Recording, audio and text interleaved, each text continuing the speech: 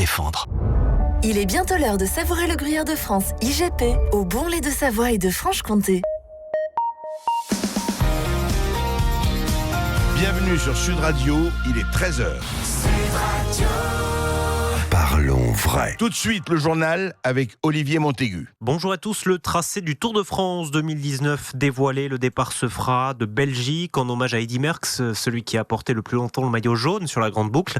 L'arrivée se fera à plus de 2000 mètres d'altitude à Val Thorens et 2 grandes régions sont gagnantes sur ce tracé. L'Est avec un passage par les Ardennes, les Vosges ou l'Alsace et l'Occitanie. Au départ de Toulouse, les coureurs s'attaqueront aux Pyrénées avec une arrivée au sommet du Tourmalet, un contre-la-montre à Pau. Vous l'aurez compris, pas de passage dans l'Ouest et le Nord l'été prochain. Le chômage poursuit sa hausse, plus 0,5% au troisième trimestre. C'est la plus forte augmentation depuis l'élection d'Emmanuel Macron. Cela représente 16 300 chômeurs en plus en catégorie A. Toutes les personnes sous tutelle vont pouvoir voter et se marier sans obtenir l'aval d'un juge.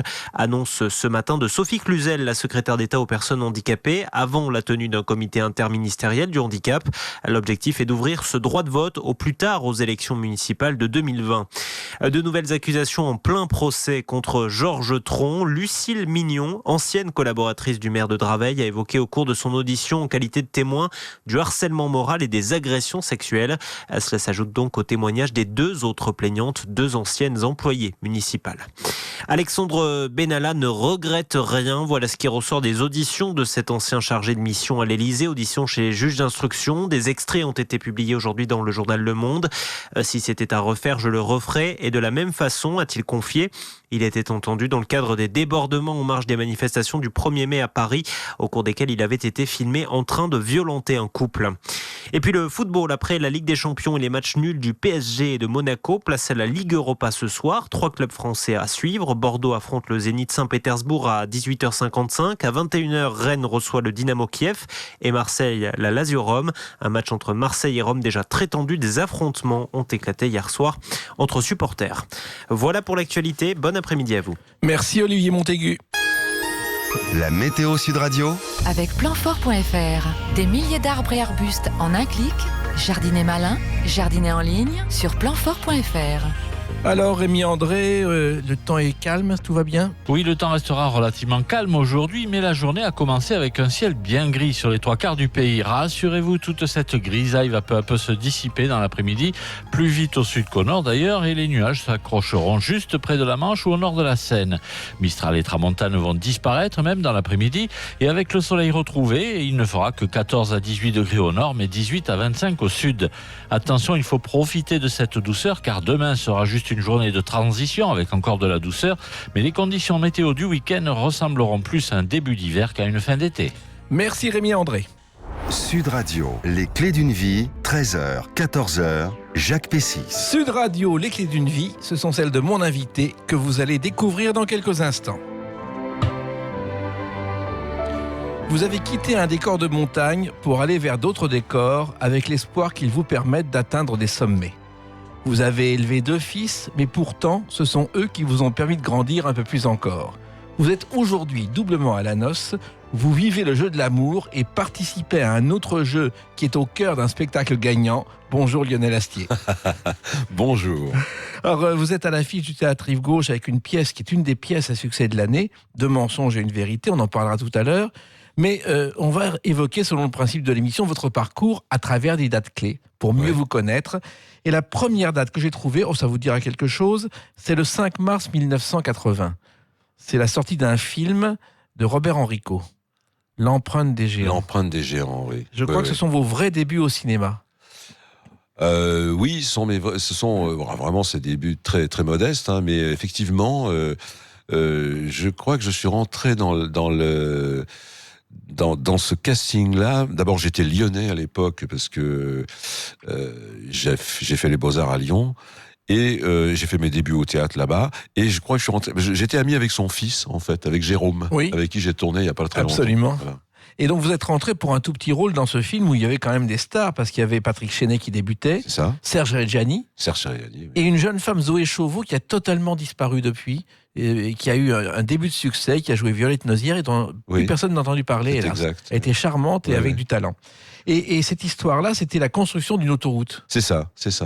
dans les années 60. Oui, je me souviens. Enfin, c'est un peu loin, mais je me souviens. Et je me suis un peu renseigné, la première autoroute au monde a été construite à Berlin, à l'ouest de Berlin, en 1921. C'était un circuit automobile et quand il n'y avait pas de course, on l'a transformée en autoroute. Et elle a été construite par les prisonniers russes de la Première Guerre mondiale. Les prisonniers sont très utiles. Oui. Exactement.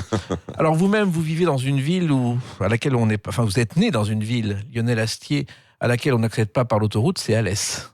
C'est ça. Je suis né à Alès, qu'on appelle pompeusement la capitale des Cévennes. Oui.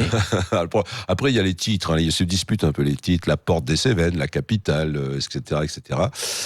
Oui, une ville qui, à l'époque, quand je suis né, était encore dont l'activité principale était les mines. Oui. Et d'ailleurs, votre père était mineur. Mon père était mineur. L'un de mes grands-pères était maître mineur aussi. Mon grand-père était quelqu'un qui vivait en Lozère, dans le nord de la Lozère, et qui était descendu dans la plaine, si je peux dire, à Alès pour travailler aux mines, car il n'y avait plus de travail en montagne. Voilà. Alors, Alès est situé dans une ville que connaît bien Alphonse Daudet, puisque le Petit Chose, il parle de son expérience de surveillant dans les écoles de la ville d'Alès.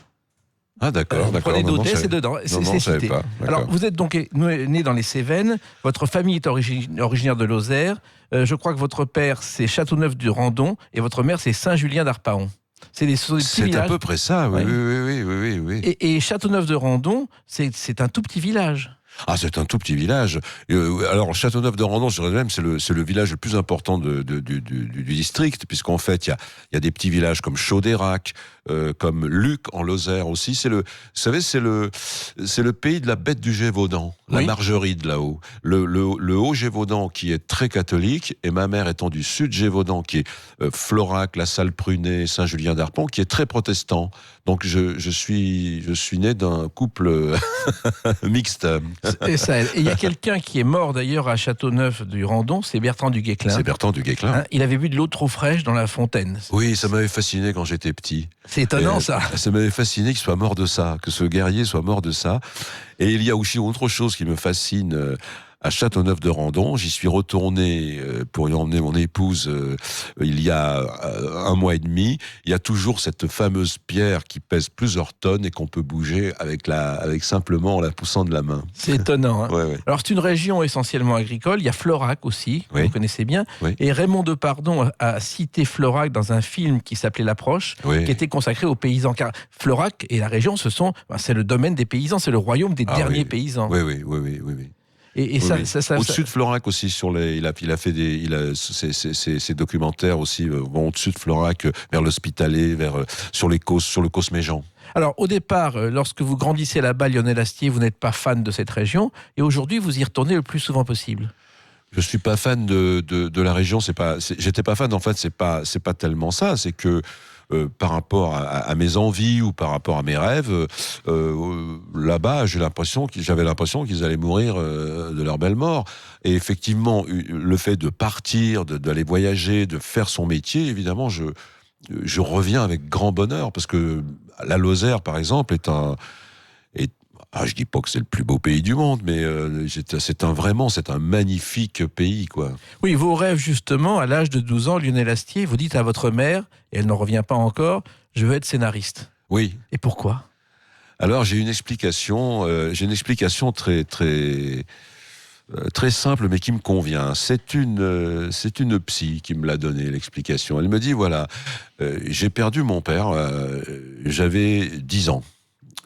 Et vos deux grands-pères aussi. Et mes deux grands-pères dans la foulée, si je puis dire, c'est-à-dire en l'affaire de 3 ans, mon père et mes deux grands-pères ont disparu, c'est-à-dire qu'il n'y avait plus d'hommes dans la famille. J'étais un peu le dernier des Mohicans. Et cette psy me dit, je comprends pourquoi tu voulais être scénariste, parce que le scénario de ta vie te déplaisait fortement et tu avais envie d'écrire des histoires que tu contrôles.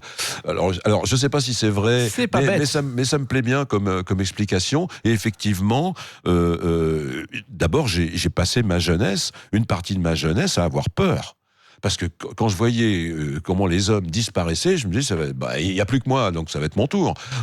J'ai eu peur pendant un moment. Et effectivement, cette idée d'écrire des histoires que je pouvais contrôler, dont je pouvais contrôler le début, le milieu et la fin, voilà. Et vous avez commencé à en écrire très jeune ?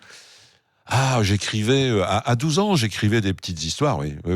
Puis un jour, vous avez écrit aussi, et c'est un hommage à la région, un spectacle.